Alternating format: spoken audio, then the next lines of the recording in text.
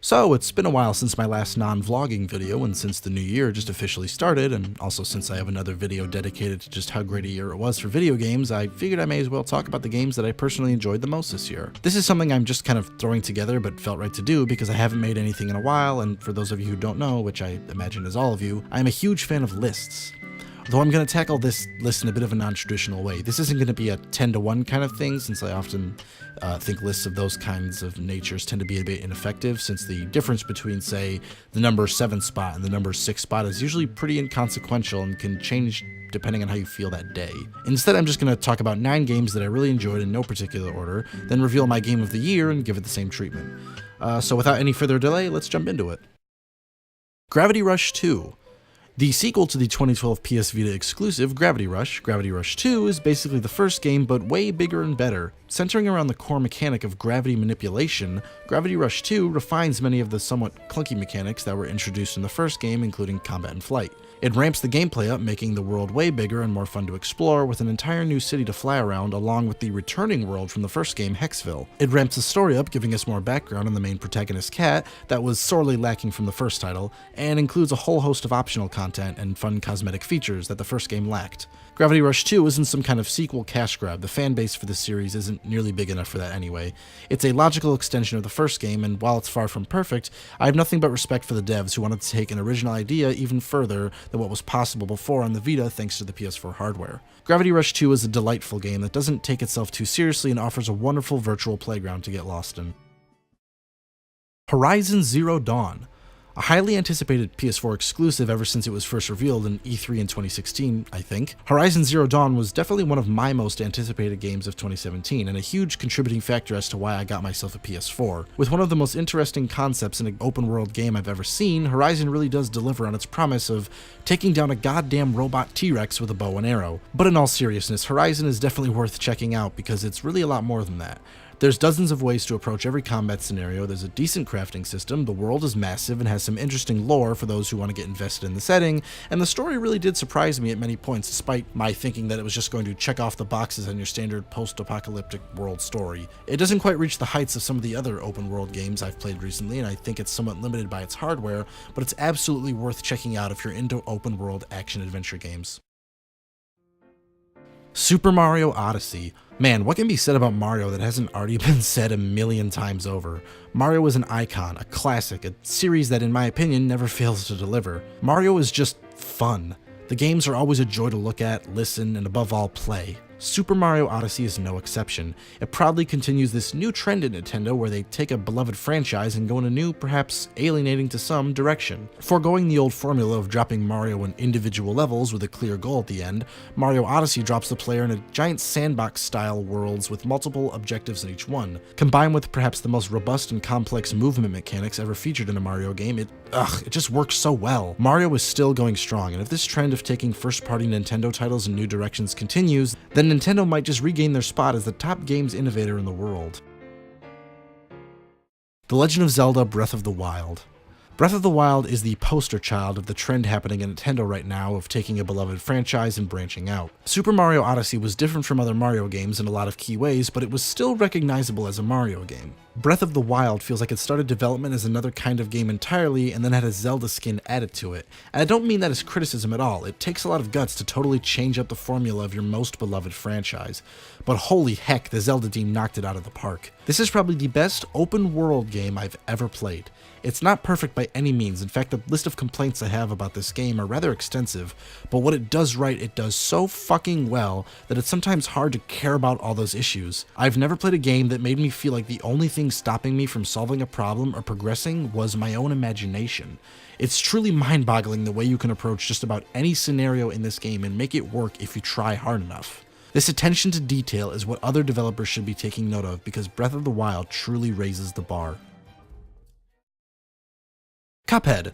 Cuphead has been the topic of much discussion since its September release, some of it being entitled journalists complaining that not every game appeals to their specific sensibilities, some of it being conceited fans feeling a sense of superiority for being able to beat up an anthropomorphic vegetable as a cup person. But most of the discussion around Cuphead has been unyielding praise for the game and respect for Studio MDHR for all they did to finally get it finished. Cuphead is the result of hard work and passion, and it shows in every frame of animation to every aspect of its design. Cuphead is hard but fair. In my many deaths throughout the game, I always felt like I was being fairly challenged and that if I wanted to progress, I had to, for lack of a better word, get good. And god damn it did it feel good when I finally beat it because I knew I had stepped up to the plate and met the challenge head on. Only a few games have really given me that feeling and I'm happy to add Cuphead to that list. Final Fantasy XII The Zodiac Age HD Remaster. I know this doesn't technically count as a 2017 release, but fuck you. Seriously though, I'm counting this because it is a version of the game that wasn't legally available in North America until this 2017 remaster. As a huge Final Fantasy fan, this was the only mainline series game that I hadn't yet beaten. I had always owned it, but at one point back in high school when I played it for the first time, I got stuck in some dungeon and got too frustrated and eventually dropped it. But when this remaster was announced, it was the perfect opportunity to finally try it out again. And damn am I glad I did. The updated textures and music look and sound amazing. It has both English and Japanese voiceover options, your characters aren't limited to just one class, and now most importantly has a function I had never even considered until I played this remaster, and now I firmly believe this should be included in every turn-based RPG ever. The ability to speed up the game with the press of a button. Like, seriously, I don't even mind grinding and in fact enjoy it in some cases, but this is such a quality of life upgrade that made the experience so much smoother than it would have been otherwise. Even if you disregard the grinding aspect, just being able to traverse the map at double or quadruple speed cut down on so much unnecessary tedium. This is, as far as I'm concerned, the definitive version of Final Fantasy XII. Nier Automata. While I personally have never been as hot for this game as many other people seem to be, I'd be remiss if I didn't say I didn't enjoy it quite a bit. I think my frustration mostly seemed to stem from what looked like to me a lot of the fan base ignoring what I found to be fairly obvious flaws, mostly in the gameplay. I've played most, if not all, of the titles Platinum Games have released, and the combat in Automata just felt so flat and sometimes tedious compared to the rest of Platinum's library. I'm sure this has more to do with Yoko Taro's influence rather than Platinum Games, but it still bothered me nonetheless. My running theory on why this doesn't seem to bother longtime Nier and Drakengard fans is that they're just so used to playing horribly unfun and clunky games that Automata seems like a godsend in comparison. Being said, I don't want to spend all this time shitting on Automata, it is in my top games of the year after all. What it lacks in stimulating combat mechanics, it totally makes up for in world and level design, story and characterization, gameplay diversity, and just overall mindfuckery. The story of Automata is going to take you on a wild ride, and one you won't soon forget, and the ending credits are probably the best of any game ever. Automata is a flawed masterpiece, but a masterpiece nonetheless.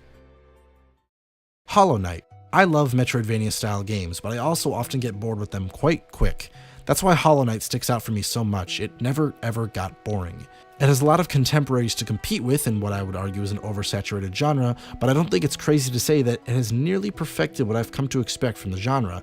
It truly stands out as one of the best that Metroidvanias has to offer. The world is brilliantly interconnected with a wonderfully bleak yet colorful atmosphere that contrasts amazingly with the charming hand-drawn art style of all the characters. Similar to Cuphead in that it had a small, hugely passionate and talented development team, Hollow Knight is one of the many examples of fantastic independent games that came out in 2017.